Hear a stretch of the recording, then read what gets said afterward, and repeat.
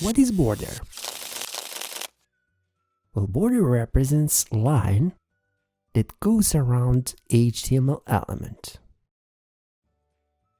By default, this line is transparent or it's not visible, but this default behavior can be changed with CSS border properties. Basically, with border properties, we can set border color, border style, border width, and border radius. With border CSS properties, we can customize complete border that surrounds our HTML element, or we can customize just specific side of border.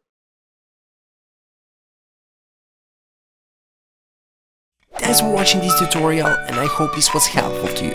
If you like our work, please become our Patreon or simply donate over PayPal.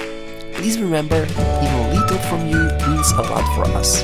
You can follow us on our Twitter and Instagram profiles, and please don't forget to subscribe on our YouTube channel, because on our YouTube channel, knowledge is waiting for you.